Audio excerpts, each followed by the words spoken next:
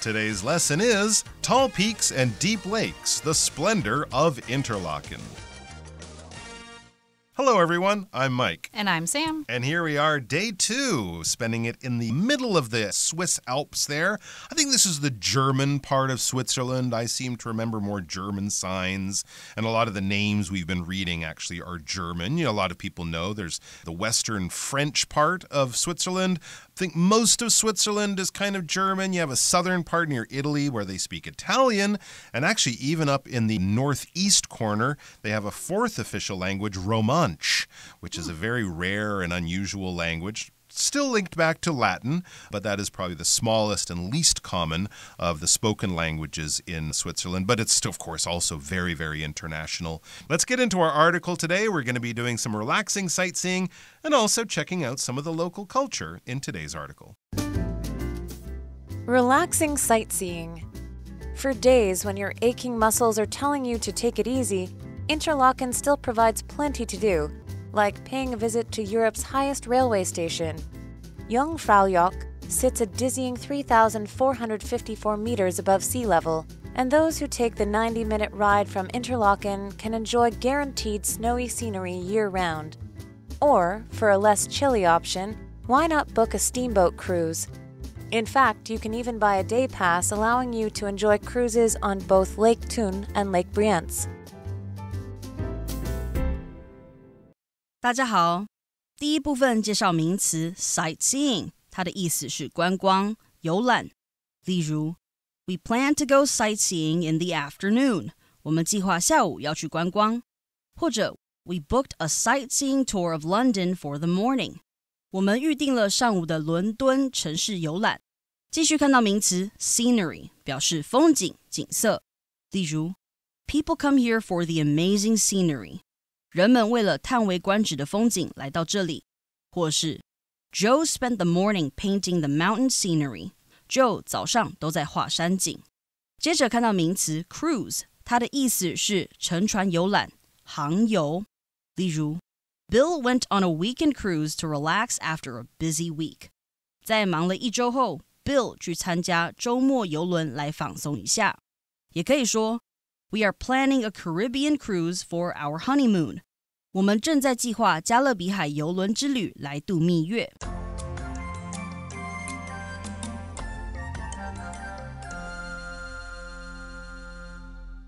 Okay, we are here with our first part of our article.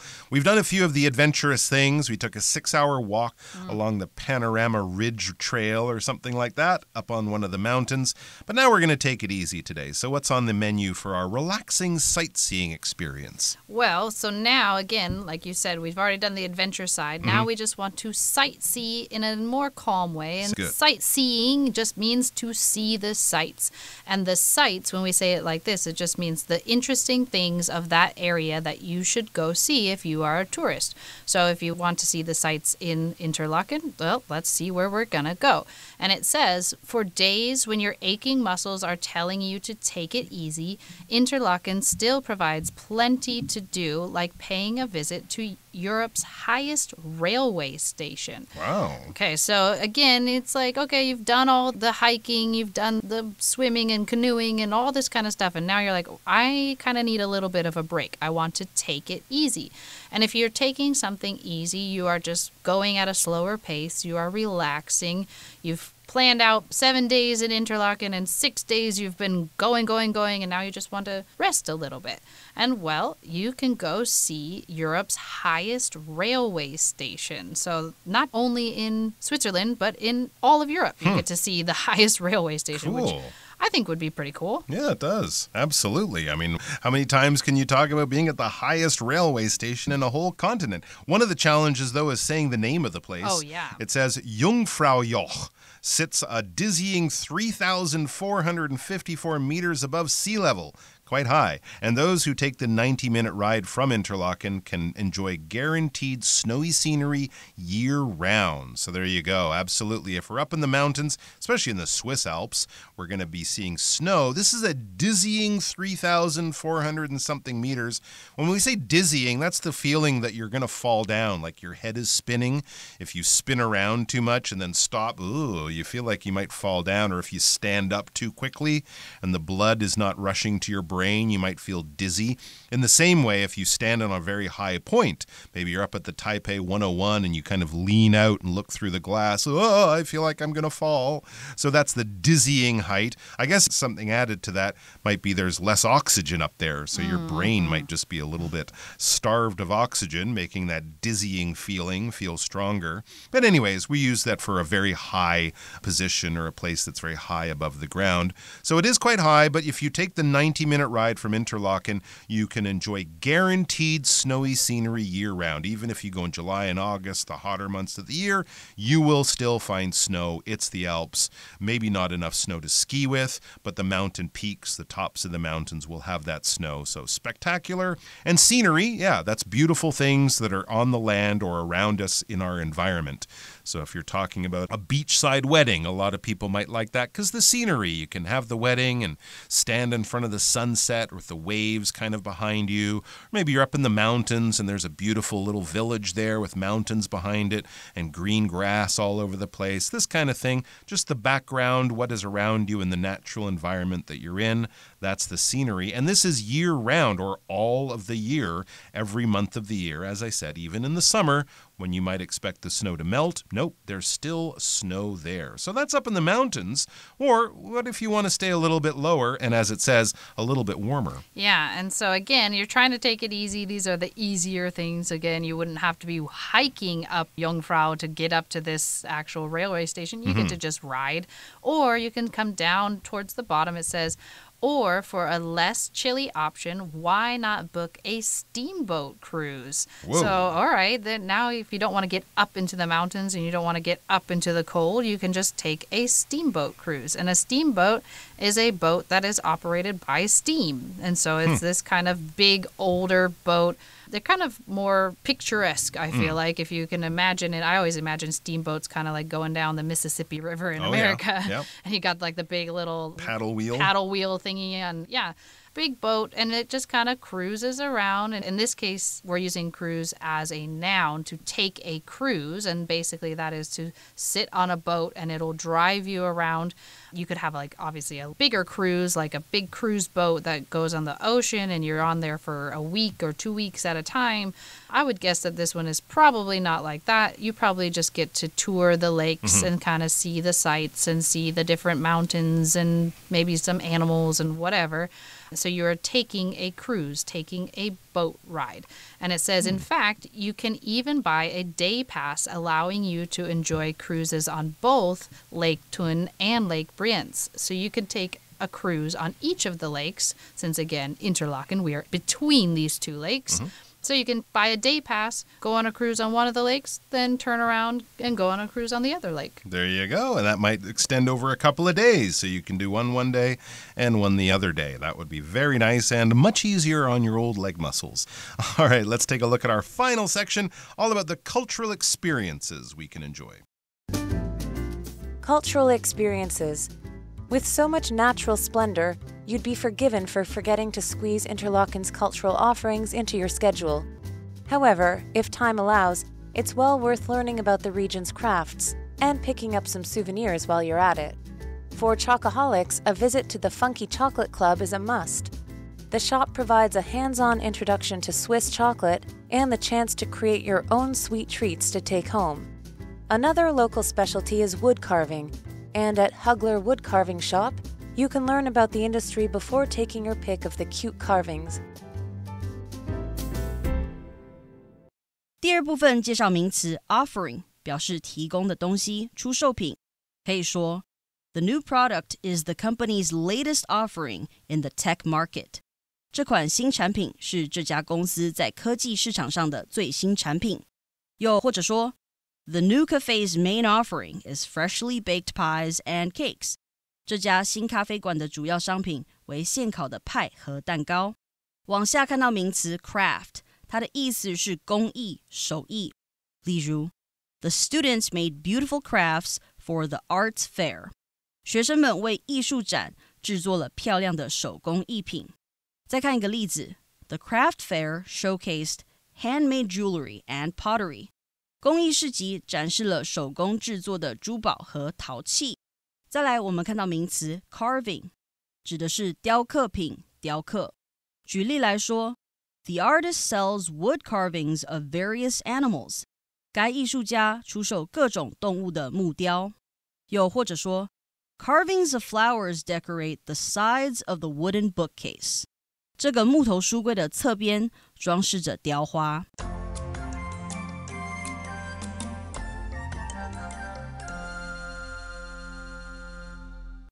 Okay, so we are back with cultural experiences.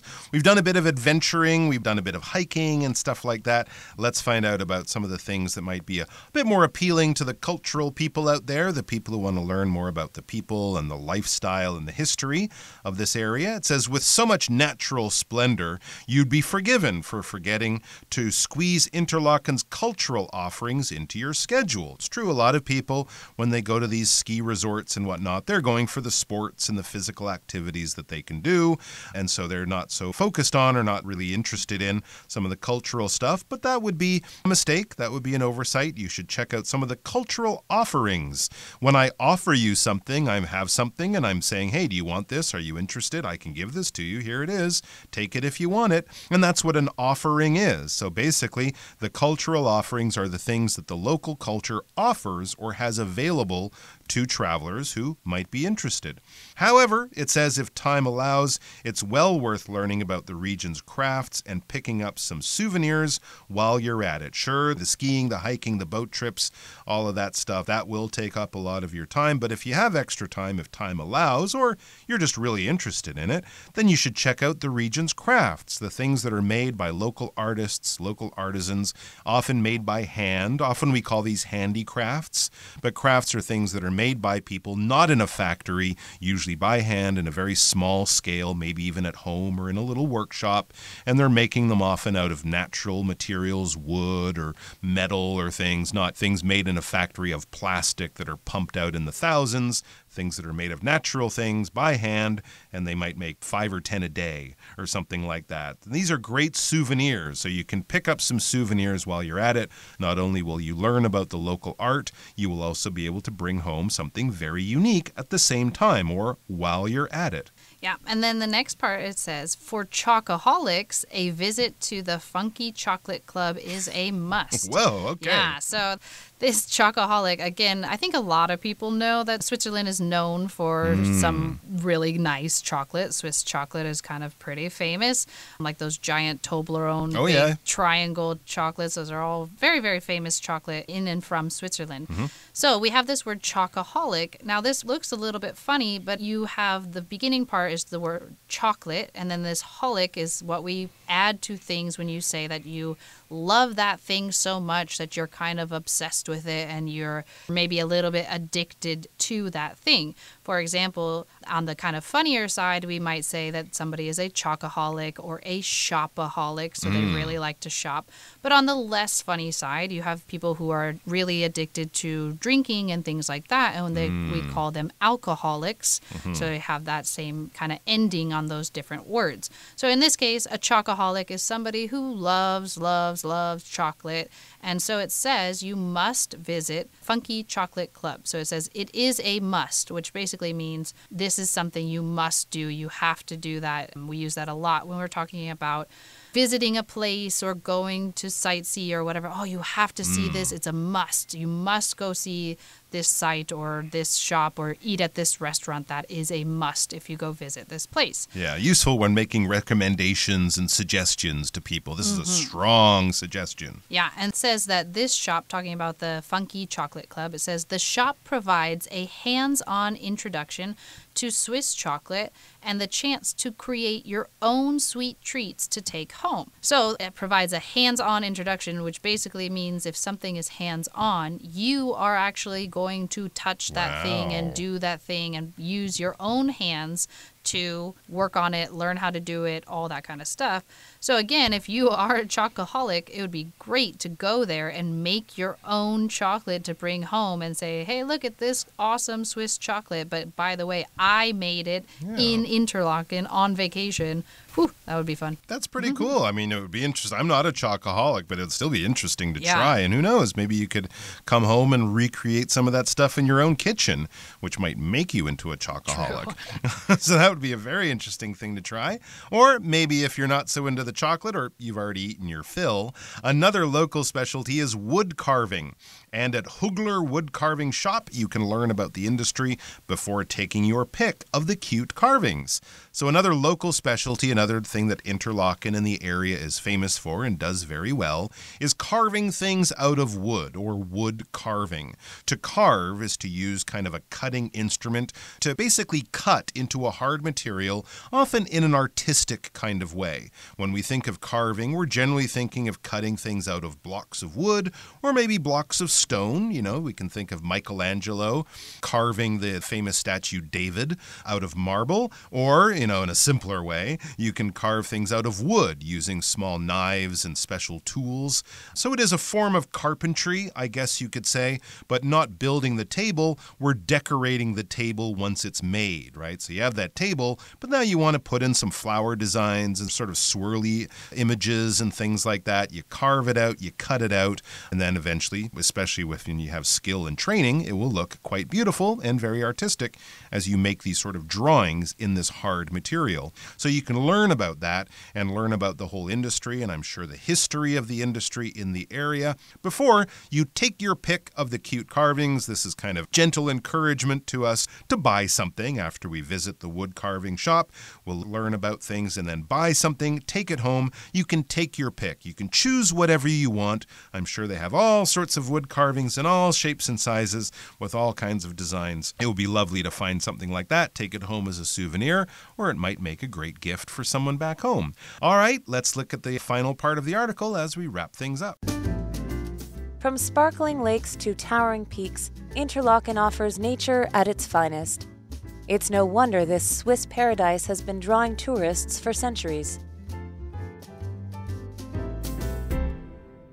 第三部分看到动词 sparkle 指闪耀、闪烁，在课文中 sparkling 为现在分词，做形容词用，表示闪烁的、闪闪发光的。可以说 The boat sailed across the sparkling water of the lake. 小船航行在湖泊闪亮的水面上。最后一个例子 Several women in the room admired Jessica's sparkling diamond ring.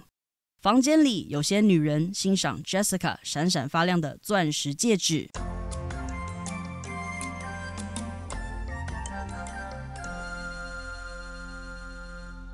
And we are back. So we're finishing our journey to Interlaken, the beautiful mountain town in the Swiss Alps between the lakes. It says, from sparkling lakes to towering peaks, Interlaken offers nature at its finest. That's a great way to sum up. They have sparkling lakes. Water is very clean up there. No factories dumping chemicals in these lakes. No, sir. So they are sparkling. They're shiny in the beautiful summer sun. And of course, when we talk about sparkling water, not only is it nice and clear, but the idea is also it's very healthy, it's very clean and stuff like that. So they have these beautiful lakes, and then above the lakes on all sides you have towering peaks. A tower is a very large structure that is built to climb up to the top of, to get a good view over a lot of the land. So anything that sort of is very high above your head is towering. If I stood next to an NBA player, he would be towering over me. Or if you've ever been to the eastern end of Taipei, you know that the 101 there is towering over the whole region, the whole neighborhood. You have to stretch your neck back to see the top because it's so high, just like these high, tall mountains. And it offers nature, it shows nature at its finest, in its most beautiful and best kind of way. Yes, and so we wrap up our article. It says, it's no wonder this Swiss paradise has been drawing tourists for centuries. So it's just a wonderful, beautiful place. We've talked about how awesome it is, and there's lots of things to see and do, and really stuff for everyone. And when you have a place that is so open to everybody, it of course will draw lots of tourists because you're not just looking at only young people go here or only older people go here. Everybody can find something fun and interesting to do and see here.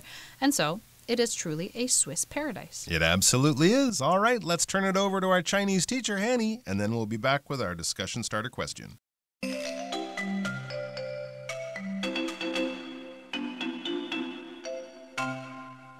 各位同学大家好，我是 Hanny。 我们来看今天的文法重点。课文第2部分提到，对巧克力爱好者而言，一定要去参观 Funky Chocolate Club。 那文中用到 chocoholic 来表达巧克力爱好者，它是用巧克力 chocolate 加上字尾 aholic 或是写作 oholic 表达是什么什么者，是什么什么的人。那是巧克力者，也就是巧克力爱好者。我们这边就顺便来学这个字尾。在英文里面有一些单字带有 holic 或是 aholic 或是 oholic 这一类的字尾，表示沉迷于什么的人，是什么者，或是有什么癖好的人。那这一类字尾是源自于 alcoholic 酗酒者，后来就把它们接在其他的事物或是活动之后，用来表达这种沉迷于某种事物到不可自拔的人。我们看几个例子。第一个例子 sugarholic， 它就是由 sugar 糖加上 holic 是什么者，那合在一起 sugarholic 就表示嗜糖者，爱吃甜食的人。第二个补充的是 shopaholic， 它是由 shop 购物加上 aholic 表达沉迷于什么的人，合在一起 shopaholic 就是购物狂。第三个补充的是 workaholic， 它是由 work 工作加上 aholic 沉迷于什么的人，那合在一起 workaholic 就是工作狂的意思。好，那么课文第3部分最后一句写到，难怪这个瑞士天堂数百年来一直吸引着游客前来探访。文中是用 It's no wonder 加上 that 子句去表达难怪怎么样怎么样。那我们来学习这样的用法。当我们用 It's no wonder, It's little wonder, It's small wonder 加上 that 子句，就可以表达难怪怎么样，什么什么并不足为奇。其中的 it 是虚主词，用来代替后面的 that 子句。那这个句型也常常省略掉前面的 its， 就可以直接用 no wonder, little wonder 或是 small wonder 加上 that 子句来表达。举例来说，Rabbits are cute, fluffy, and cuddly. It's no wonder that people love keeping them as pets. 也可以说 no wonder people love keeping them as pets. 兔子可爱，毛茸茸又惹人怜爱，难怪人们喜欢养它们来当宠物。那顺便补充几个句型，也可以用来表达难怪、不令人意外、不足为奇的语义。第一个是 It's not surprising 加上 that 子句。第二个是 It's no surprise加上 that 子句，其中也可以把 no surprise 换成 little surprise。第三个是 It comes as no surprise 加上 that 子句。那这边要补充一下，come as a surprise 表示令人惊讶，叫人跌破眼镜。那 it comes as no surprise 或者是 it comes as little surprise 再加上 that 子句，就可以表达说这个 that 子句描述的事情并不令人意外，是在意料之中。好，那么以上就是今天的重点整理，我们来回顾今天的单字吧。 Sightseeing. Their trip to Rome was all about sightseeing and eating delicious foods. Scenery.A train ride through the Alps offers plenty of beautiful scenery of mountains and rivers. Cruise. During the cruise, passengers can enjoy various activities such as swimming and live music. Offering. The company is planning to add to its offerings in order to attract more customers. Craft. Tristan really enjoys his hobby of creating wood crafts in his free time. Carving.At the entrance of the temple, there were 2 large stone carvings of lions. Sparkle. Meredith's diamond necklace sparkled under the light of the full moon.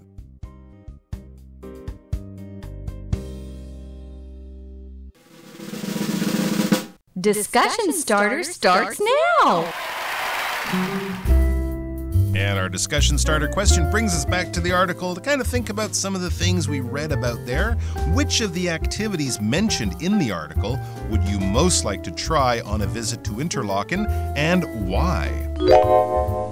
If I were to visit Interlaken, I'd like to do the canyon tours, since I'm having a hard time to even imagine, because I'm imagining the lakes and the mountains, but then where are the canyons in between everything? I think that would be so interesting to see, especially there's little creeks down below that you could play in. That would be where I'd want to do it. That would be kind of unusual and special, wouldn't it? I didn't know they had canyoning in the Swiss Alps. I think myself, I would definitely want to hike on one of the big trails like that Panorama Ridge Trail, given that I didn't get a chance to do that. And there are some trails that you can actually hike for a day, stay in a little mountain village in a little hotel, finish your hike the next day. You know, one of these 1 or 2 day hikes and get away from the big tourist areas, given that the land around there is just spectacular everywhere you look, and there are definitely places that I never got a chance to check out. Well, that brings us to the end of another edition of our program, and please make sure you join us again next time. From all of us here, I am Mike. I am Sam. See you next time.